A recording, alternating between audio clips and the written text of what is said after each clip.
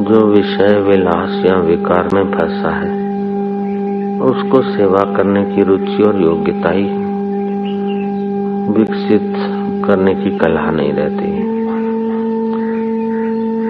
जो विकारों में काम विकार में आकर्षित है वो गुरु के दैवी कार्य का महत्व ही नहीं समझ सकता, सेवा का महत्व ही नहीं समझता।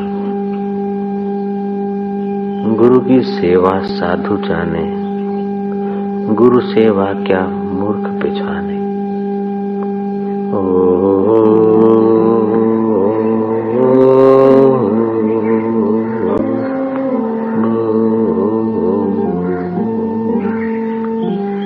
और उत्तम सेवक को गुरु के तरफ से चाहे कितना कठोर दंड मिले तभी भी वो समझता कि दंड मेरी गलती को है, मेरी शुद्धि के लिए।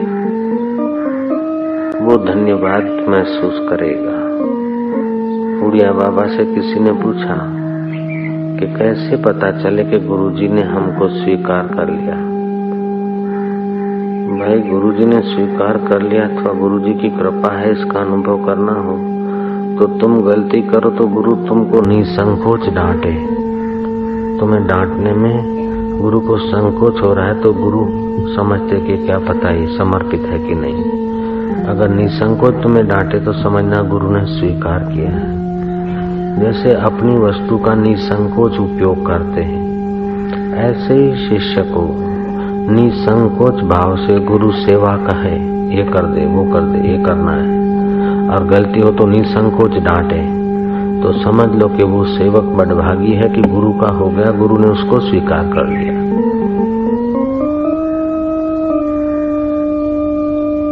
गुरु को अगर सेवा देने में संकोच होता है करेगा कि नहीं करेगा, मानेगा कि नहीं मानेगा, डांटेंगे तो भाग जाएगा कि रहेगा, तो शिष्य अभागा है। गुरु को शिष्य के साथ व्यवहार करने में संकोच होता है तो वो शिष्य अभी शिष्यत्व को उपलब्ध नहीं हुआ। तो प्रेमास्पद को परमात्मा को पाने के लिए, गलतियों से बचने के लिए सेवा अथवा तो कलयुग में भक्ति योग, गुरु भक्ति योग निष्कंटक योग है, निर्विघ्न योग है। हठ योग में रोग होने का भय होता है। लय योग अथवा और योगों में भी साधक को अकेले यात्रा करनी पड़ती है। गुरु भक्ति योग में तो साधक के मार्गदर्शक, संरक्षक, पथ प्रदर्शक, प्रेरक और पुष्टिदायक गुरु कृपा साथ में रहती है। कलयुग का जीव इंद्रियों का गुलाम, मन की चंचलता, मति की मंदता, ये वेदांत का पुस्तक पढ़ेगा तो ज्ञानबद्ध हो जाएगा। मनमाना कोई योग की प्रक्रिया करेगा उलझ जाएगा। किताब खूब पढ़ लेगा, सूचना इकट्ठी कर लेगा, लेकिन प्रीति की प्राप्ति, आत्मरस की प्राप्ति तो उन्हीं बड़भागियों को होता है।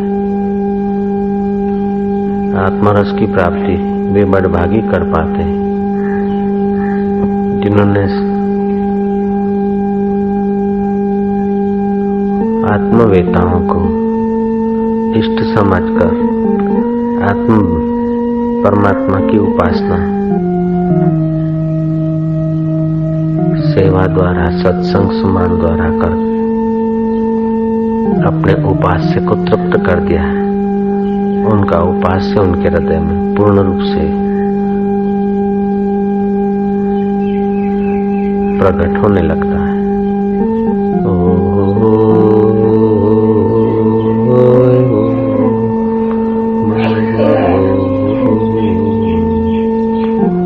उपास्य है सच्चिदानंद प्रभु, उपास्य है सत्य चित्त आनंद। सत्य माना जो सदा रहे, जो चेतन स्वरूप है और आनंद स्वरूप है, वह परमात्मा ही उपास्य है।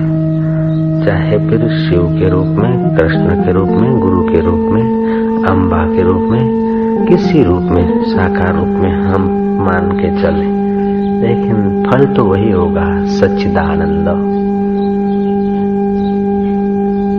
निष्काम सेवा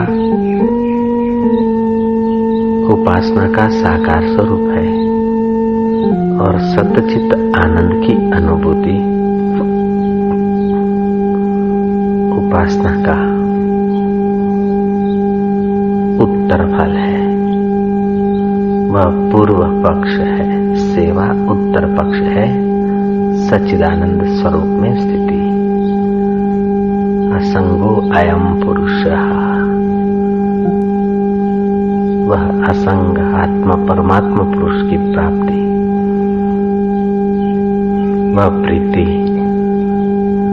जो नित्य नवीन रस प्रगटाती है, वह रस जिस रस से जीव मात्र रसवान होते हैं, जिस रस को जीव मात्र तो चाहता है, ईश्वर भी जिस रस का रसिया है, वह आत्मरस, वह प्रीति साधक के हृदय में सहज में आ विराजती है।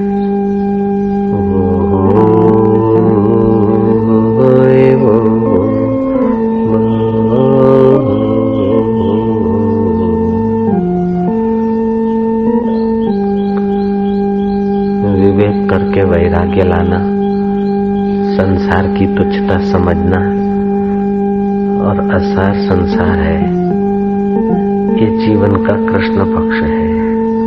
संसार में असुविधाओं के बीच सुख सुविधा, आनंद मंगल भी है, उत्सव पर्व भी है। सोक्रेटिस संसार का, धनवानों का कृष्ण पक्ष देखते हैं। कितना धन वैभव, अंत में रोग शोक और मृत्यु, कोई सार नहीं। कवि कालिदास संसार का, मनुष्य का जीवन का कृष्ण पक्ष अंकित करते हैं। जिनको गुरुदेव की अनुभूति मिल गई, व्यासों की, आत्मवेता श्री व्यास जैसे गुरु की कृपा मिल गई, वो जीवन को कृष्ण पक्ष शुक्ल पक्ष दोनों जीवन के पहलुओं को प्रकृतिगत समझकर प्रेमास्पद में प्रीति करने की कला सिखा देता है।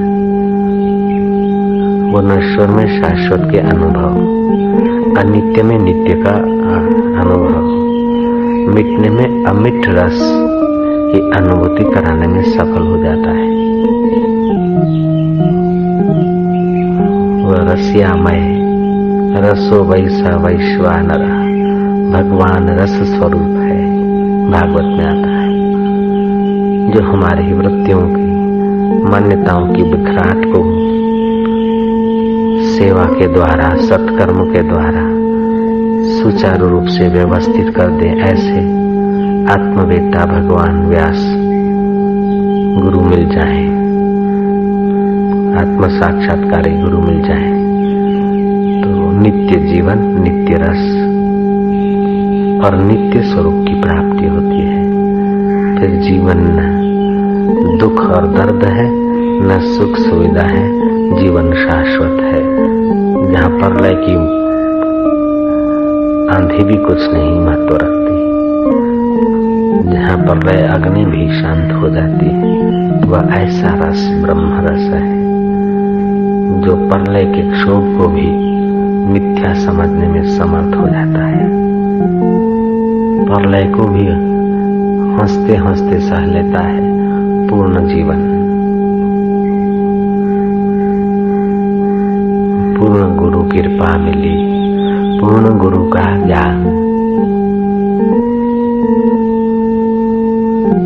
माल से हो गए, फिर लोग गाए तभी ठीक, न गाए तभी कोई हरकत नहीं। खूब मस्ती, खूब आनंद, वाह प्रभु, वाह मौला, गुरु पिया मेरी रंग दे चुनहरिया। उसे फिर कहना भी नहीं पड़ता, क्योंकि सेवक चाहता नहीं, वो तो किए जाता है। अधिकार तो उसका, अपने आप दौड़कर उसके हृदय रूपी घर में बैठ जाता है। सेवक सेवा में मस्त रहता है, फल की आकांक्षा नहीं रखता, फल तो अपने आप लगता है उसके हृदय में। आनंद का फल, सुख का फल, मस्ती का फल, धन्यवाद का फल अपने आप फलित होता है। सेवक तो चाहता है सेवा मिलती रहे, तत्परता से करता रहूं। किसकी सेवा कर रहा हूं बस वो देख रहा है, कौन सी सेवा कर रहा हूं उसके लिए महत्व नहीं। चाहे वो बुहारी कर ले, शबरी की नाई, चाहे सांदीपक की नाई, सब प्रकार की सेवा करे, चाहे गोरखनाथ की नाई, आज्ञा सम नहीं साहेब सेवा कर ले। लेकिन सेवक तो बस सेवा में अपने को धन्य बनाता जाता है और धन्य बनाने की इच्छा नहीं रखता, अपने आप धन्य बनता ही जाता है।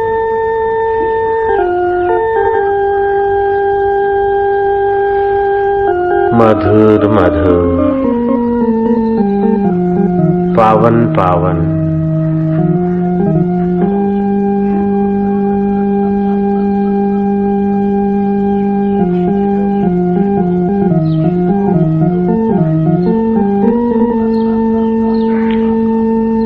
सेवा का सद्गुण जिसके हृदय में है उसे अलग से तप, धारणा, ध्यान, समाधि नहीं करनी पड़ती।